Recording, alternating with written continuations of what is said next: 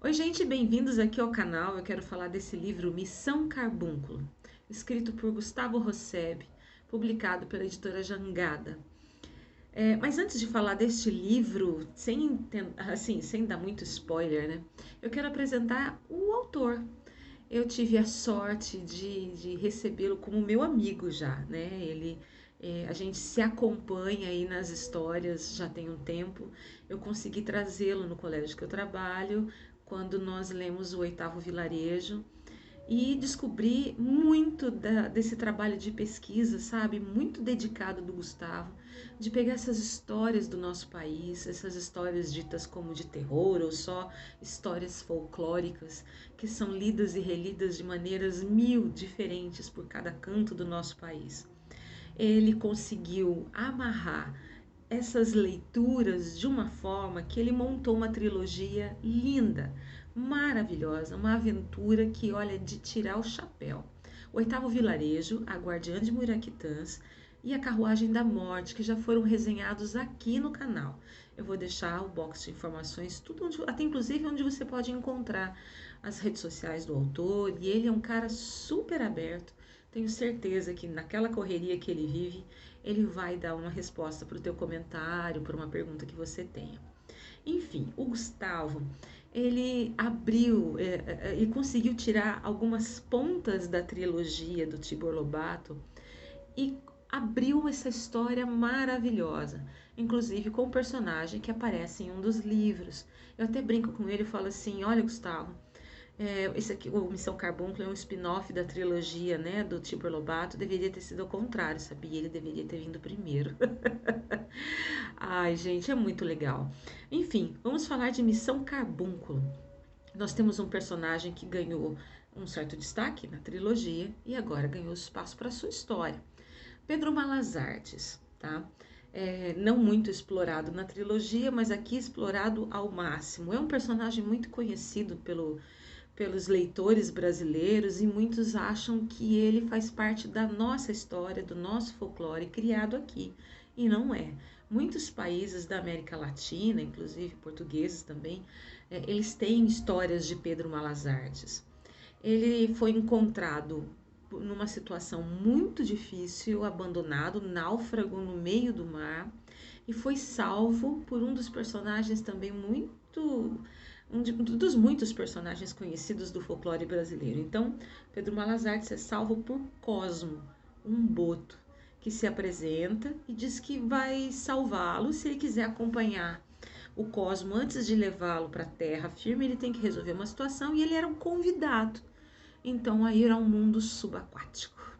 E lá vocês vão ver uma construção de mundo muito legal e nós vamos conhecer o fio que vai conduzir toda a história até se encerrar a leitura de Missão Carbúnculo. Cosmo então leva o nosso colega, nosso amigo Pedro Malazartes para esse mundo subaquático e lá ele vai entrar na bolha das discussões, auxiliado então pelo Faunin, que é um homem aqui da Terra que vive neste mundo subaquático, graças à bondade desse povo, ele vive lá e ele apresenta uma situação muito complexa, né? Inclusive, existem muitas coincidências, que eu também não encaro muito como coincidências, ou citações, nomes de personagens ou situações que abrem para N outros livros, sei lá, desde A Pequena Sereia, você pode ler e achar alguma coisa, até a Comédia de Dante, com nomes de personagens similares e etc. O Gustavo busca muitas fontes. E até falei para ele assim: escuta, quer dizer que você deu uma bebericada em tal história, tal história, tal história. Ele fala assim: olha, juro para você, em alguns momentos a gente procura, outros não, vem, são coincidências, eu não fui atrás e acabou surgindo isso. E eu já aprendi lendo os livros do Gustavo que coincidências assim não existem. Nada, eu acho que o encontro das pessoas, o encontro das histórias e de personagens que você nunca antes acharia que estariam juntos podem acontecer da forma mais natural possível. Enfim, Quando eles chegam na bolha de discussões e o Cosmo leva a situação, causa muito rebuliço, muita revolta, muitos questionamentos, porque ele diz para aquele povo que é necessário ajudar um povo que eles viraram as costas há muito tempo, os ciprinos.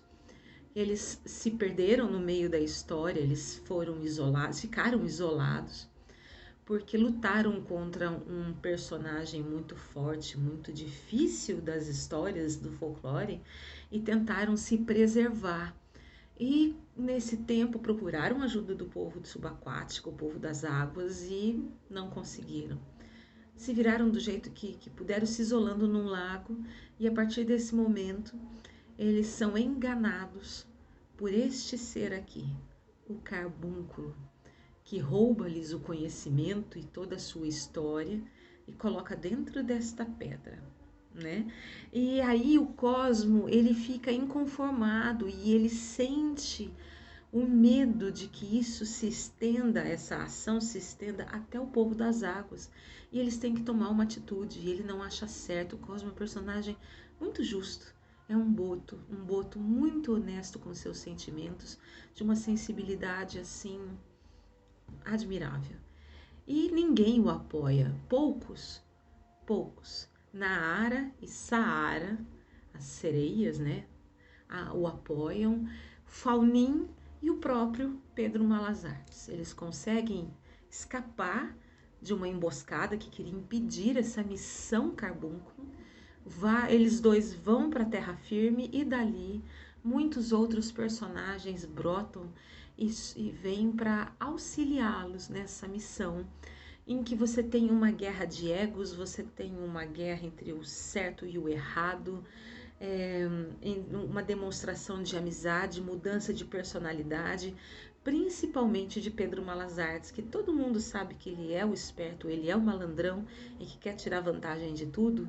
Ele muda, ele aprende, e até o último segundo dessa história você consegue tirar essas lições desses personagens. A gente tem desde o Canhoto, a Zaori, ou a Moura Torta, ou a Maria Caninana e seu irmão, Cobra Grande. Então todos esses personagens têm um enlace nessa missão, né, que eles foram levados pelo destino e conduziram Pedro Malazartes e Cosmo até o momento ápice final dessa história. Então eu tiro o chapéu para a construção desses personagens folclóricos que vão aparecendo ao longo do caminho, as suas características, e essas características se entrelaçam, seja para que esse grupo se ajude, para que a missão aconteça, ou personagens antagonistas que entram para apimentar um pouco mais o gostinho de se chegar até o fim. E essa dúvida, eles vão conseguir ou não?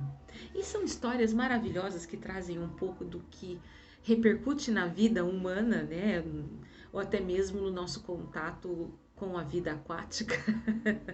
Mas o que eu acho que devemos levar em consideração aqui é toda essa construção de sentimentos. E você pode ler esse livro tranquilamente sem ter lido a trilogia do Tibor Lobato. Ele é um livro completamente independente, não vai ter inclusive nenhuma citação mais específica, mas é um livro que tem pernas fortes, viu? Que pode chegar longe, longe. Aqui o meu exemplar está cheio de observações, de rascunhos, de citações.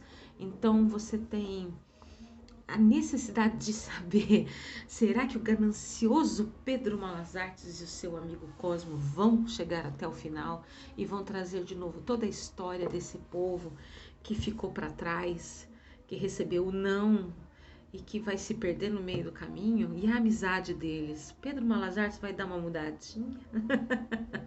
Acompanhe essa história com muito carinho.